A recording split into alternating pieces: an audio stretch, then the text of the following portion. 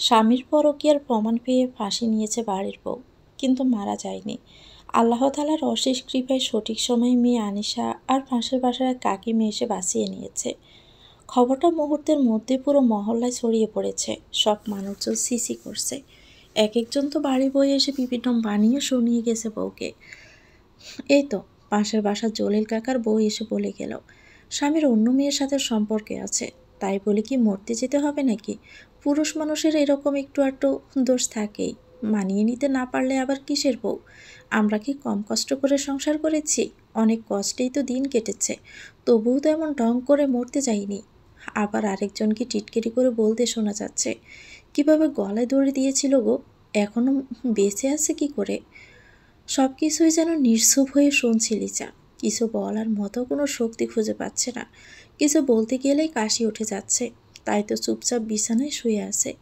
ওর সেবা করার মতো একটা মানুষকেও আশেপাশে দেখা যাচ্ছে না।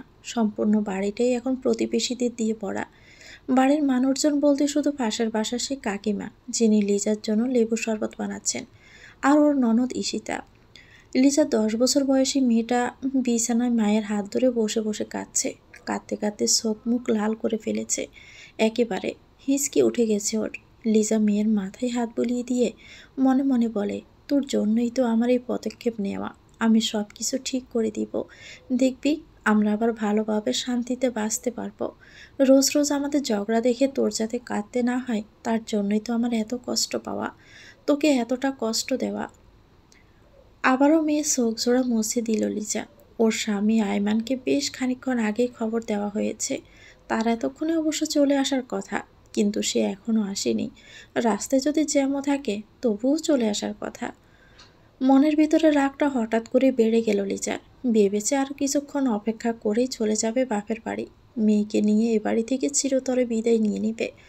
গত কয়েকদিন ধরে অনেক কিছু সহ্য করেছে, আর না। ঘন্টা দুয়েক বাদেই লিজা একদমই সুস্থ অনুভব করছে। যা করার তার এখনই করতে হবে। রাত 8টা বাজে। এই রাতের বেলায় চলে যাবে সে, আর এই মুহূর্তে এখানে থাকবে না। আয়মান এখনো বাড়ি আসেনি। ওই মহিলার সাথে নিশ্চয়ই আছে।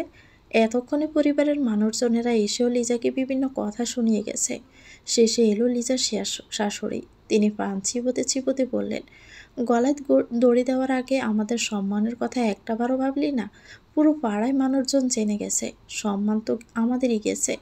লিজা আর এবার চুপ করে থাকতে পারলো না। বেশ তেজ নিয়েই বলল, আপনার ছেলে অন্য মহিলা নিয়ে ফুর্তি করলে মান সম্মান যায় না আপনাদের? সব দোষ শুধু ছেলের বউদের? ছেলেদের কি কোনো দোষই থাকে না? লিজার শাশুড়ি আর কোনো কথা না বলে কটমটে চাহনি নিক্ষেপ করে কি যেন বিড়বিড় করতে করতে সেখান থেকে চলে গেল। লিজা সেদিকে প্রক্ষেপ না করে বিছানা থেকে উঠে একটা ব্যাগ নিয়ে ওর আর আনিসের কিছু কাপড় চোপড় গুছিয়ে নিল। বাইকে ফোন করে জানিয়ে দিয়েছে সে বাস স্ট্যান্ডে এসে দাঁড়িয়ে থাকবে। ব্যাগ গুছিয়ে একপাশে রাখতেই দেখি ঈশিতা রুমে এসেছে।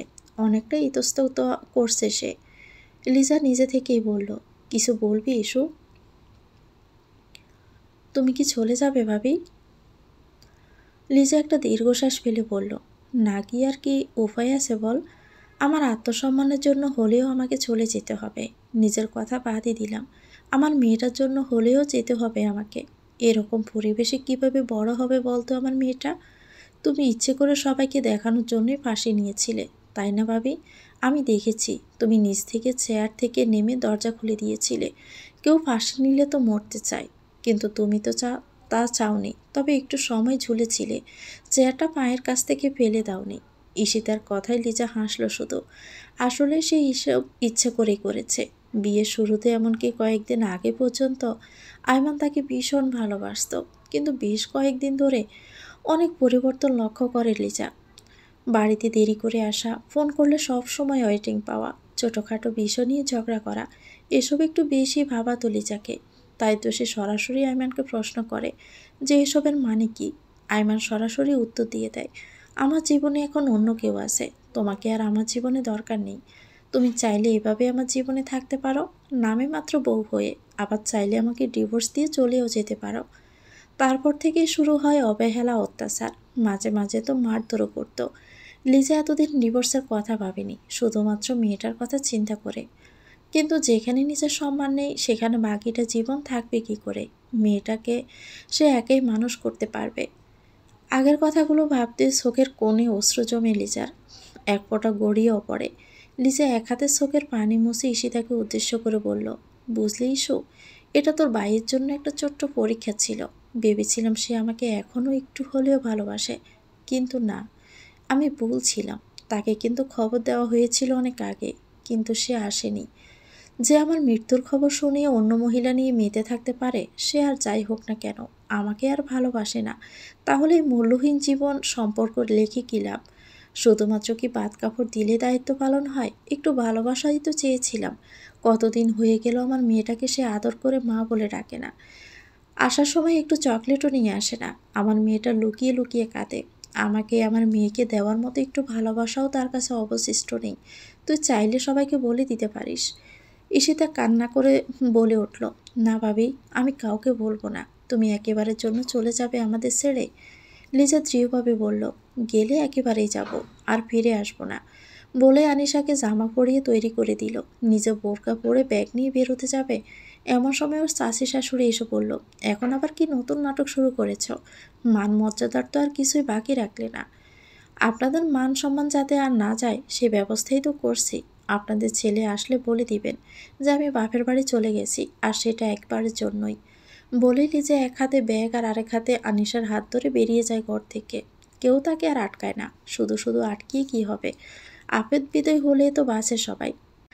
লিজা গেটের সামনে আসতে দেখলো আয়মান এসেছে।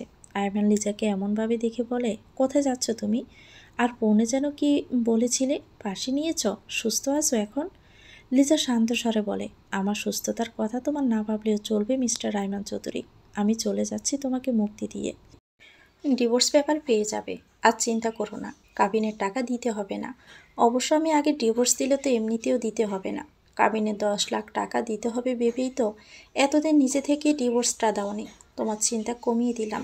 আর চিন্তা করো না তুমি। আমার মেয়েকে নিয়ে আমি খুব সুখেই থাকবো। অন্তত আত্মসম্মান নিয়ে বেঁচে থাকতে পারবো।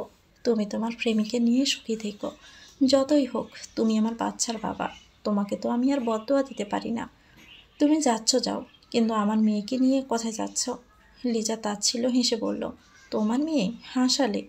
হতে পারে তুমি জন্মগতভাবে বাবা, কিন্তু আমার মেয়েরও হয়তো লজ্জা হয় তোমাকে বাবা বলে পরিচয় দিতে।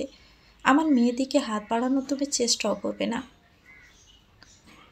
আইমান কিছু বলতে যাচ্ছিল, তার আগে ওর ফোনে ওর প্রেমিকা কণিকার কল আসে। আর তার সাথে কথা বলতে বলতে ও ঘরে চলে যায়। একবারও ফিরে তাকায় না লিজা আর আনিসার দিকে। লিজাও গেট খুলে বেরিয়ে চলে যায় বাপের বাড়ির উদ্দেশ্যে। শেষবার বাড়িটাকে ভালোভাবে দেখে যায়। নিজের ইচ্ছায় আর কখনোই সে আসবে না এই বাড়িতে। সেই ঘটনার আজ প্রায় 6 বছর পেরিয়ে গেছে। আয়মান প্রেমিকের ধোঁকায় নিঃস্ব হয়ে গেছে। কণিকা তাকে ঠকিয়ে সব টাকা পয়সা নিয়ে গায়েব হয়ে গেছে। তীব্র অনুশোচনায় পড়ছে আয়মান। লিজার কাছে যাওয়ার আর কোনো সাহস করেনি। কীভাবেই বা করবে? লিজা বাড়ি ছাড়ার 1 মাসের মাথায় তাদের ডিভোর্স হয়ে গেছে। অন্যদিকে লিজা মেয়ে নিয়ে বেশ সুখেই আছে। বাপের বাড়ি থাকে না লিজা, আলাদা বাসা নিয়েছে। পড়াশোনা কমপ্লিট করেছিল ঠিকই, কিন্তু আয়মান চাকরি করতে দেয়নি। তখন কিন্তু ডিভোর্সের পর চাকরি জোগাড় করেছে। বলতে গেলে অনেক সুখেই আছে, সম্মানের সাথে বেঁচে আছে। আয়মান নামের কালো অধ্যায়টাকে জীবন থেকে মুছে দিয়েছে। মাঝে মধ্যে মনে পড়লে কেঁদে বাসায় না, উল্টো নিজের মনকে আরও বেশি শক্ত করে। তো ভিউয়ার্স, গল্পটি কেমন লেগেছে অবশ্যই কমেন্ট করে জানাবেন। ভালো লেগে থাকলে একটি লাইক দিয়ে দিবেন, চ্যানেলটিকে সাবস্ক্রাইব করে আমাদের সাথেই থাকবেন। গল্পটির নাম হচ্ছে আত্মসম্মান, লিখেছেন সুমনা ইসলাম। সবাই ভালো থাকবেন। আল্লাহ হাফিজ। আসসালামু আলাইকুম।